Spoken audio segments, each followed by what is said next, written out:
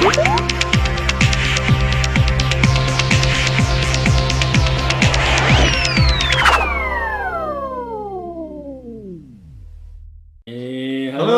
welcome back to the Bacalarus webpage. We are going to talk about books and reading today. But Mr. Steve, yes, John. how are you today? I'm fine, thank you. Aren't you glad that these wonderful viewers of the Bacalarus YouTube channel, remember, smash that like button, have come back to join us?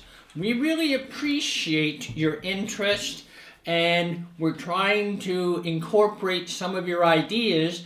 And one of the recommendations today is books and reading. Reading, yes, very good. Good subject.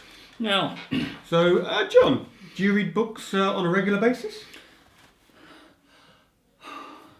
I read books in the morning, in the afternoon, at night, on the bus, when I go to bed. I read morning, noon, and night. Wow, you're a proper bookworm, John. I'm a bookworm, and that's how I've become a wordsmith. Good idioms. How about you, Steve? I read more than I used to. Really? Yeah, Really? I think. Do I have an excuse not to read? There isn't an excuse not to read, but I have to find time, and now I have time to read more than I used to. Really? Say 10 years ago. Do you like back in reading? England. Yeah, I do. If I have a period of time where I'm on my own, and it can be quite relaxing if you on vacation, for example. Yeah. And you can have that allotted time to read. What kind of books do you like to read? Mine, I'm a non-fiction guy. How about you? Yeah, I like. I went for a period where I liked biographies based on crime. Sherlock Holmes?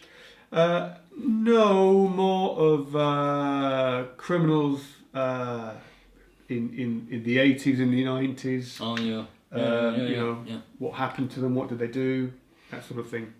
Well, you know, reading, it kind of has an evolution for me. See, when I was a teenager, I didn't read. You know, you go to high school, let's see them here. I never read any of those books. I had Cole's Notes, short form.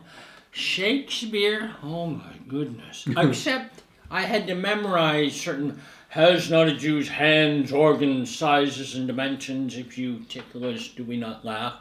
That was wonderful, but I never read. But I did read newspapers, and we had something called Mad Magazine. Okay, we didn't have that, no. Well, we did. It was kind of a cartoonish humor, and I read that. And I remember being young, I read a book called Buffalo Bill and the Wild, Wild West. Wow. That was a book. In fact, that book impacted me so much that when my lovely wife and I traveled to North Dakota, we saw where Wild Bill Cody lived. So then I grew up, and then in my 20s, I don't know, something happened. Well, life, John. Life. You have a career, Yep. you know, it's time, isn't it? But I said, you know what? I'm going to read 25 books this year. I don't know why I picked that number. 25 books. I read 23. Charles Dickens, Thomas Hardy, George Orwell, Dostoevsky. It was one of the most educational, informative times in my life. Very enjoyable. How about, did you have a renaissance in your reading?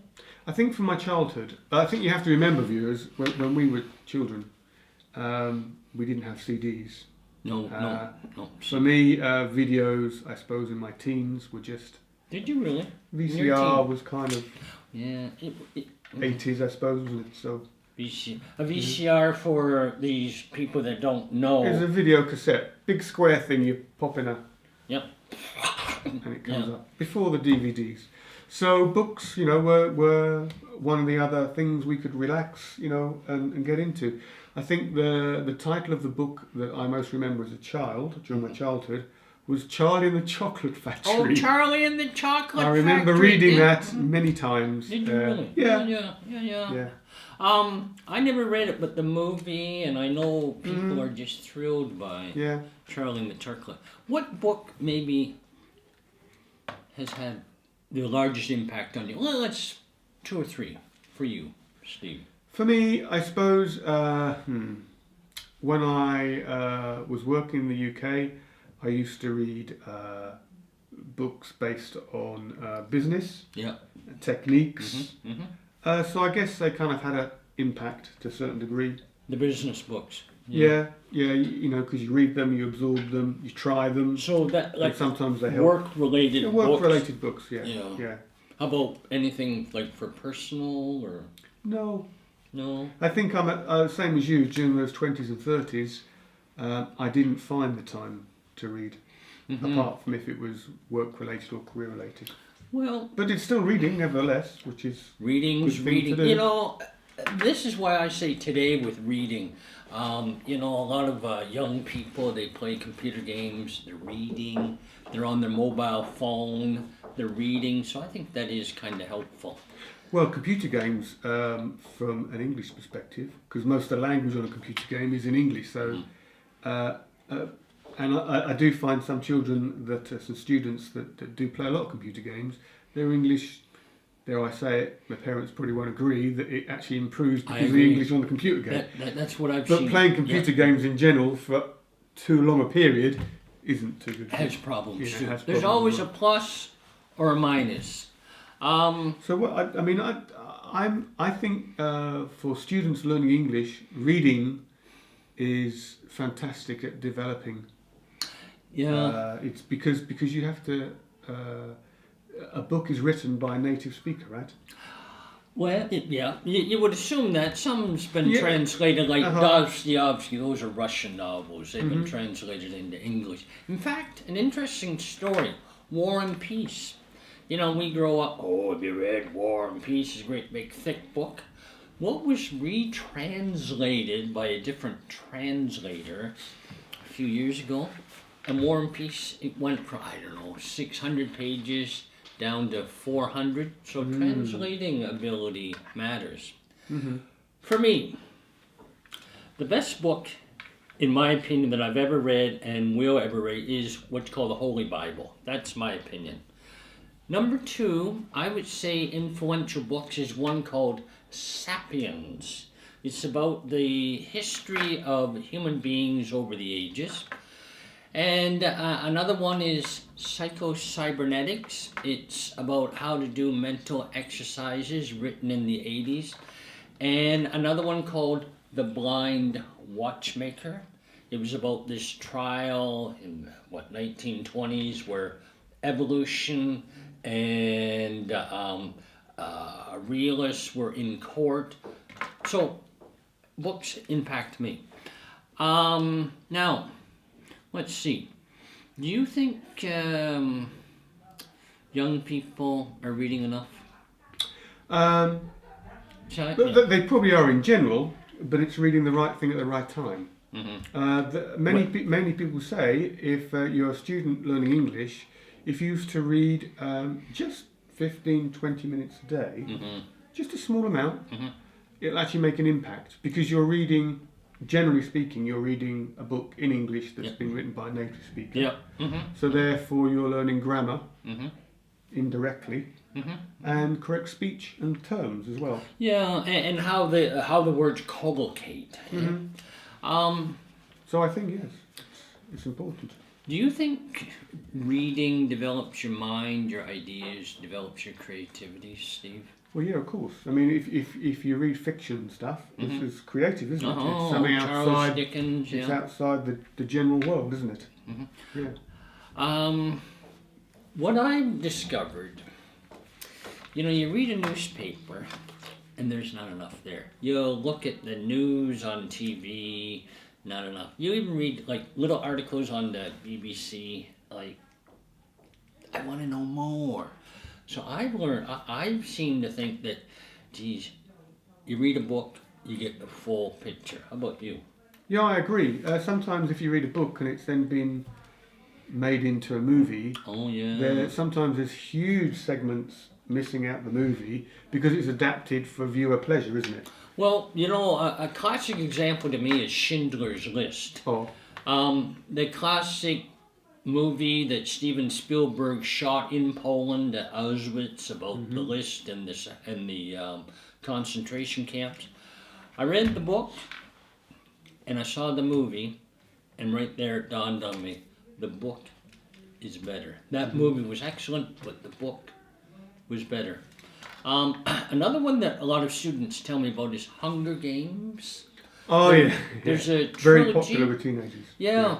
And apparently they'll say, "Oh, Mr. Glidden, well, I really enjoy reading the book. It's so much better than just going to the film." Well, the book must be fantastic. 'Cause I've seen 2 of those films. Have you?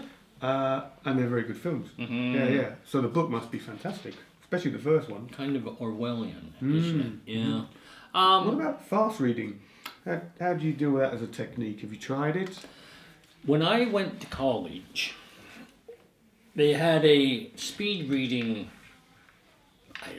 course, speed reading session. And I remember going in and learning how to speed read, and at that time they said John Kennedy, President John F. Kennedy read 1,000 pages an hour, something like that. And he did speed reading. And I guess you're young, influenceable. I'm a word per word reader. The speed reading is you go to just certain words and get the gist. Makes sense? Whereas now my speed reading is the first line in a paragraph, the last line in a paragraph, and if I need more, then I'll read the whole paragraph. How about you? I think speed reading, it depends on what type of material I'm reading. Yeah. Years ago, when I worked in the UK, it's fair to say I used to speed read documents. Yeah, that's right. Documents that you're familiar with. Well, that's the key. So isn't it? the general text is similar, but the detail that you're looking for to sign off, to make a decision on, is the speed reading element that you look at. That's right. Like, so the details Yeah, of the form. a novel or a Yeah. book, I don't think I would speed read. Yeah, no. What's the point? You're doing You're doing it for pleasure, aren't you? Yep. And it defeats the whole object, doesn't it? You don't want to get to it's not a race to finish a book, is it? Well, it shouldn't be. Well, it depends. Well, it depends on what time you have, I suppose. Also, like, whether you got something else you want to read, too. Yeah. How about audiobooks, ebooks? That's the big thing. This is books coming up to the modern age, isn't it? Because having a physical book can be a little bit inconvenient, I suppose, in today's times, if you're travelling, for example. Whereas I know you have a device, John, and I do. I brought it here. have you? What have you got? Well, I have what's called an Amazon Kindle Reader. Oh, check that out. Isn't that amazing? You want me to show it to the camera here? Yeah, look at, yeah. I won't drop it because I know it's precious to you. Yeah. Can you see that? Okay. Now, the advantage here is I've got lots of books. Okay, I've got a whole library of books. I don't know, 100 books maybe. Right there. And I can see, viewers, by looking at this, the screen is a matte finish, so it's not gloss. Yeah. They call it paper white. And the colour is very similar to a paper of a book, and the text is the same. And you can make the size bigger and larger. Now, here's the thing. How do you get these books, John? How do they get off the internet to your Kindle? Well, you go to Amazon online. This is Wi-Fi connected, so if I have a book and I'm interested, I do a search, hit the button, and bang, there. Now, a book is good. You have to get used to a Kindle reader. What's important, what's really interesting is you put your finger on a word. Oh, all right, that's undo. But you put your finger on a word, and up comes the explanation of the word. Okay? Whereas with a book, you have to have your dictionary with you. And also you have to get used to reading this. You A see, book is good, you smell it, you feel it, you can mark it. This, you have to get used to it. See, that's good. You see, that's better to read. See, I have books on my phone Don't do you? from Amazon, so I've downloaded them off Amazon Exactly. to a book reader app. Mhm. But it's not as easy or convenient to read as that. It's one, my screen is glossy, and the text is obviously it's a Small small with a phone, screen, whereas that yeah. seems a good size, Oh, it's almost great. like a small book. So that's pretty good, and not expensive either. Kindles, are they now?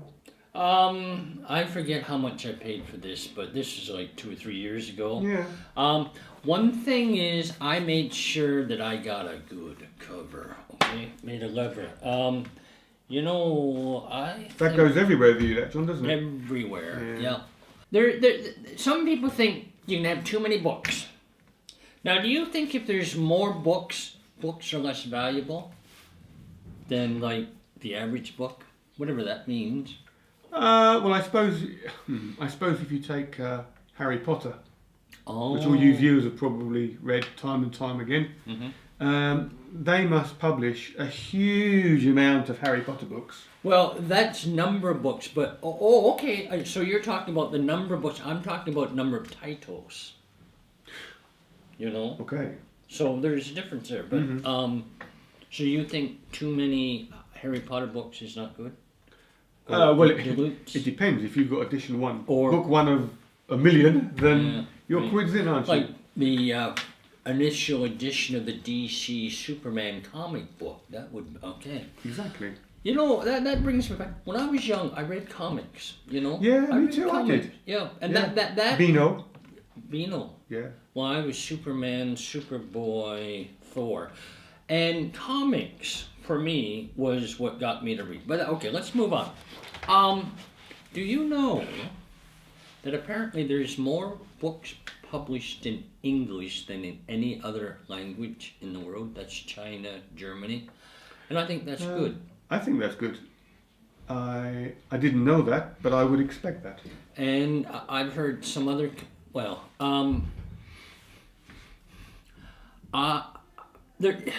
my problem is this: there's so many books, and it's going to take 3 hours, 6 hours, 12 hours, maybe 24 hours to read a book. So now I really have to make a good decision-making process when I want to buy a book. I want to buy what I want to read. How about you? Well, that's the way it should be, isn't it? Yep. If you don't want to read it, then why buy it? Because Another thing you I've won't learned: complete it. don't get another book until you've finished the book that Oh, you're there's on a good right tip. now. There's a good Otherwise, tip. you just stack up. Well, you'll start the other one Mhm. before you finish the first one, That's right. and therefore you'll have books on the go that you'll be. Yep. Yeah, I think it's Yeah. it's Oh, a I'll good get tip. back to that. Yeah. Especially if you have a Kindle or you download them on your phone, 'cause it's convenient just to switch between That's two. right. Yeah. Yeah. Very good. Gutenberg. See, I was in the printing business. What's your job? I was in the printing business for 30 years. 30 years, wow. And Gutenberg has a spot in my heart. He invented mechanical printing. We can go into the history of printing. It goes back, the Koreans actually were the first to have movable type, but that's another story. Gutenberg changed society, Western civilization. Gutenberg changed the whole world with information technology. Now, today, internet, same thing. Well, yes, I suppose it's just as big as Landmark because it's another platform of reading, isn't it? Yeah, information reproduction, so to speak. I sometimes wonder this present day, what do they call it, censoring. You see Facebook and Google and now Microsoft have this news guard where, oh, that's bad stuff. This is good stuff. Gutenberg's, in that era, it was the same too. You had the church, the imprimatur, that you can't read this book, you can read this book.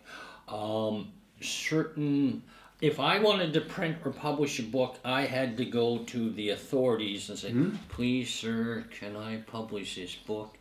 And if the people said, "Oh, the thoughts, the dogma is correct," yes, you can. But if it was not good in their opinion, I couldn't. I might face. It's like even though newspapers are a printed format, even back in the day before there was the internet, certain newspapers belonged to certain political categories. Exactly. The Mirror, the Express, the Sun, the Telegraph. Yep. They're all part of a thought process. That's right. Of the Conservative or Labour Party. In America, the Left or Washington right. Post, New York Times, Los Angeles Times, Canada, the National Post, the Toronto Sun. Yeah. So even back in the day before the internet, That's right. paper-style reading, newspapers, books, was being adapted to people's views. Exactly. Much like the internet today. And this is where I kind of have a problem with this present-day internet censoring. Who gets to say no? Like, who would...